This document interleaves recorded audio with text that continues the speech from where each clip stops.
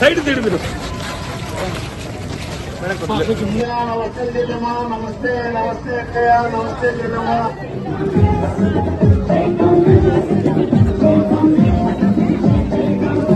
నమస్తే రవి, నమస్తే అక్కయ్య, నమస్తే జిల్లమ్మా, నమస్తే అక్కయ్య, నమస్తే జిల్లమ్మా, నమస్తే నమస్తే నమస్తే నమస్తే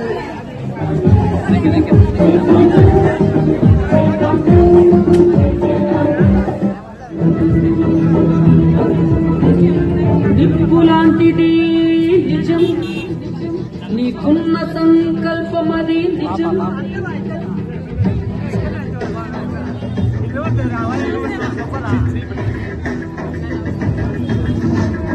నిప్పులాంటిది నిజం, నీకున్న సంకల్పమది నిజం.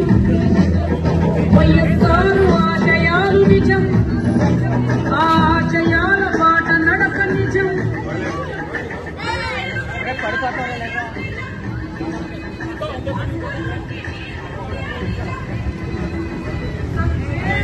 అవినాష్ రెడ్డి గారు ఇప్పుడు కొత్తగా ఎంపీ కాదు, 10 సంవత్సరాలుగా ఎంపీగా ఉన్నాడు.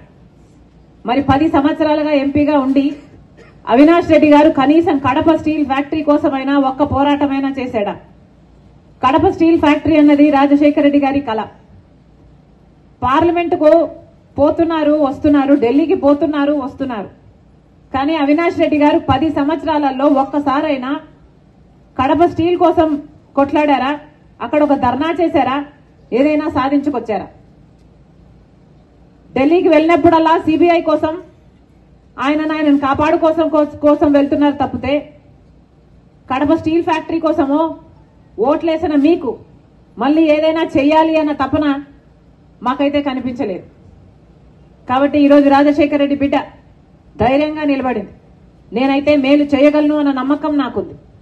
పైగా అవినాష్ రెడ్డి గారు వివేకానంద రెడ్డి గారి హత్య చేసిన కేసులో సిబిఐ నిందితుడిగా అక్యూజ్డ్ గా చేర్చిన వ్యక్తి అవినాష్ రెడ్డి గారు. హత్య చేయించిన వారిలో అవినాష్ రెడ్డి గారు ఉన్నారు అని సిబిఐ ఆరోపణ చేస్తుంది. మరి 5 సంవత్సరాలైంది వివేకానంద రెడ్డి గారు చనిపోయి, హత్య చేయబడి, గొడ్డలితో 7 సార్లు నరికి వివేకానంద రెడ్డి గారిని హత్య చేయడం జరిగింది. 5 సంవత్సరాలైంది. ఈ రోజు వరకు కూడా వివేకానంద రెడ్డి గారి హత్య కేసులో న్యాయం జరగలేదు. సునీతారెడ్డి వివేకానంద రెడ్డి గారి బిడ్డ. తిరగని కోర్టు లేదు, ఎక్కని మెట్టు లేదు, తట్టని తలుపు లేదు న్యాయం కోసం.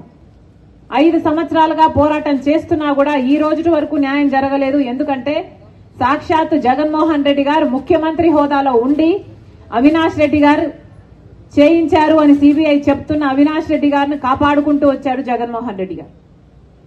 5 సంవత్సరాలు కాపాడటమే కాకుండా ఇప్పుడు మళ్ళీ అవినాష్ రెడ్డికి టికెట్ ఇవ్వడం జరిగింది జగన్మోహన్ రెడ్డి గారు. అంటే జగన్మోహన్ రెడ్డి గారు చెప్పదలుచుకున్నది, ఇలా హత్య చేయించిన వాళ్లే మళ్ళీ అధికారంలోకి రావాలి, అధికారం వాడుకొని తప్పించుకొని తిరగాలి, ఇలాంటి వాళ్లే మళ్ళీ చట్టసభలకు వెళ్లాలి అని.